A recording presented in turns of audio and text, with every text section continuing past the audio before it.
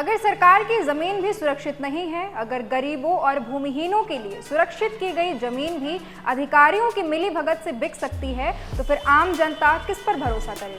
क्या प्रशासन अब सुरक्षा की जगह सौदेबाजी का अड्डा बन चुका है? नमस्कार, हम आपको दिखाने जा रहे हैं शहडोल जिले का वो खुलासा जिसने पूरे सिस्टम की पोल खोल दी है। एक ऐसा घोटाला जिसमें सरकारी जमीन को कागजों की चालाकी से निजी संपत्ति बना दिया गया और अब उस खेल की कीमत 200 करोड़ से भी ज्यादा आंकी जा रही है। यह कहानी है शहडोल जिले के ब्यौहारी तहसील अंतर्गत ग्राम पंचायत नौढ़िया के खड़हुली गांव की, जहां उजागर हुआ है एक जमीन घोटाला जिसकी शिकायत सीधे ईओडब्ल्यू रीवा तक पहुंची।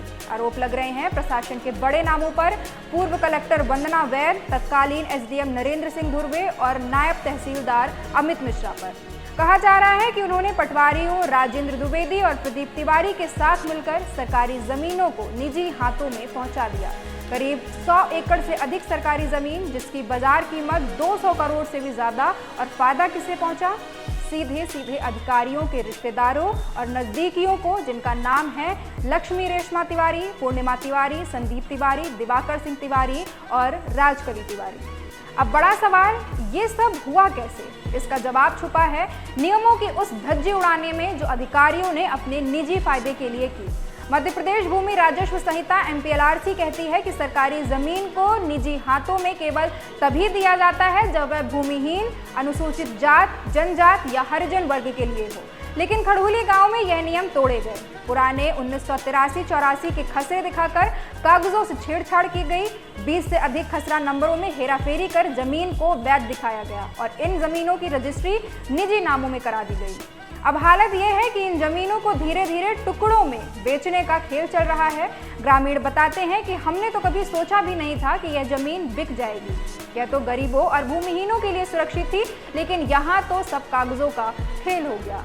इतना बड़ा खेल बिना बड़े अफसर की मंजूरी कैसे संभव हो सकता है? क्या सिस्टम की आंखों पर पट्टी बंधी हुई थी या फिर पूरा सिस्टम ही इस खेल का हिस्सा था? खड़हुली गांव का मामला लेकर आए जिसमें कलेक्टर वंदना वैद्य साहब, एक एसडीएम नरेंद्र सिंह धुर्वे और जो नायब तहसीलदार अमित मिश्रा है, जिनने सारे खेल को डाइवर्ट किया है। सरकारी ज़मीनों को, चारनोई भूमियों को और गैर हकदार, 3 शब्द ऐसे हैं जिनको नायब तहसीलदार किसी भी कीमत पर नहीं हटा सकते। लेकिन अमित मिश्रा नायब तहसीलदार ने एसडीएम और कलेक्टर महोदया को अपने गिरफ्त में लेकर सरकारी दस्तावेजों का हेर फेर करते हुए ग्राम खड़हुली की लगभग 20 नंबरों की ज़मीन, 100 एकड़ से ज़्यादा ज़मीनों को, ये निजी 2 पटवारी हैं वहाँ पर, दोनों पटवारियों ने अपने रिश्तेदारों के नाम ज़मीन कर दी।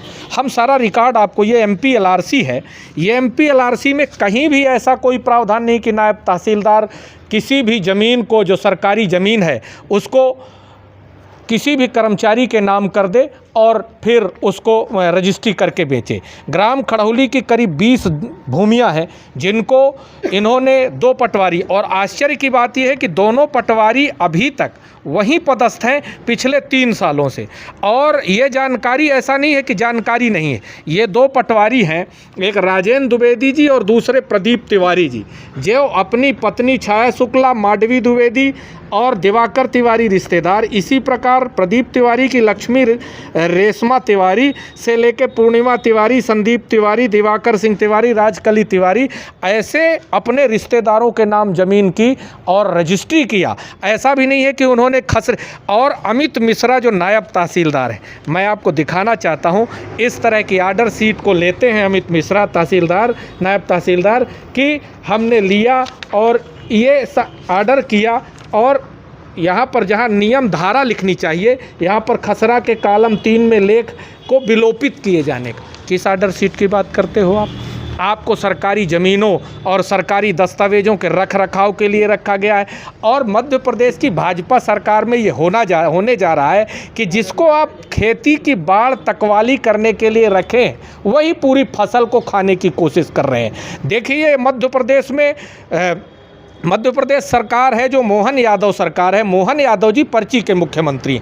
आपको मालूम है कि अधिकारियों के ऊपर इनकी कोई पकड़ नहीं है और अधिकारी मनमानी तरीके से मध्य प्रदेश सरकार की ज़मीनें जो हरिजन, आदिवासी, अनुसूचित जाति, अनुसूचित जनजाति इनको दी जाती हैं, वो ज़मीनों को ये अपने रिश्तेदारों के नाम कर रहे हैं। ऐसे 100 एकड़ ज़मीन, 200 एकड़ के 200 करोड़ का घोटाला इन्होंने रजिस्ट्रियाँ करी और अब धीरे धीरे टुकड़े करके बेच रहे हैं। ये खसरे में हम लोग ऐसा नहीं, ये हम लोग खसरा लगाए हैं और खसरे में एंट्री भी है। ये पुराने 83-84 के खसरे हैं, ये देखिए गैर हकदार यहाँ पर लगा है और हम आपको नए खसरे भी दिखा रहे हैं। एक खसरा ये देखिए, इसमें पूर्णिमा तिवारी, छोटे लाल तिवारी, ये रजिस्ट्री का दिनांक। तो हम पूरा रिकॉर्ड आर्थिक अपराध ब्यूरो एसपी साहब को ये देने आए हैं कि मध्य प्रदेश के अंदर केवल एक गांव की अगर 100 एकड़ ज़मीन इन अधिकारियों ने सरकारी ज़मीन को निजी हाथों में लेकर अपने रिश्तेदारों को लेकर यदि एक गांव में इन्होंने 100 एकड़ का घोटाला किया है तो पूरे शहडोल जिलों में जो आदिवासी बाहुल्य एरिया है, जिसमें अनुसूचित जनजाति के गरीब लोग रहते हैं, जो ज़मीन उनको बंटनी चाहिए, चरनोई भूमि का आवंटन गरीबों के लिए हुआ था, आज उन ज़मीनों का आवंटन अधिकारी अपने परिवार को करके और बेचने का काम कर रहे हैं। अब जब मामला उजागर हुआ तो वर्तमान कलेक्टर केदार सिंह ने जांच के आदेश दिए हैं। राजस्व विभाग, सत्यकर्ता समिति और पुलिस की संयुक्त टीम इस मामले में जुट गई है। लेकिन सवाल ये है कि क्या जांच वाकई इन बड़े नामों तक पहुंचेगी जिन पर उंगली उठ रही है, या फिर यह सब निचले कर्मचारियों तक सीमित रह जाएगी। यह सिर्फ जमीन का घोटाला नहीं है, यह भरोसे का घोटाला है। जो जमीन गरीबों और वंचित के लिए सुरक्षित थी, अब वह अमीरों और अफसरों के रिश्तेदारों की प्रॉपर्टी बन चुकी है। खबर चली थी तो हम लोगों ने उसको रिकॉर्ड देखा है।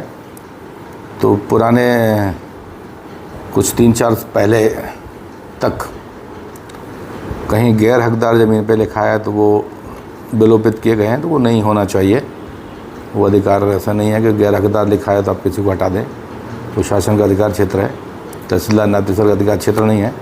उसमें पटवारी ने तहसीलदार में की है, हम उस पर कार्रवाई कर रहे हैं। यह घटना सिर्फ खड़हुली गांव की नहीं, यह पूरे खतरे की निशानी है जो पूरे प्रदेश में पनप रहा है।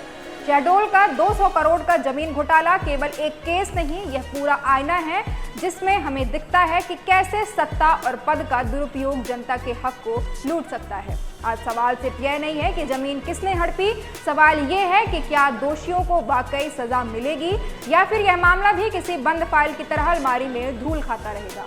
भ्रष्टाचार केवल पैसों की लूट नहीं है, यह हमारी उम्मीदों, हमारे अधिकारों और हमारे भविष्य की भी चोरी है और इस चोरी का हिसाब लेना अब जनता के लिए जरूरी है।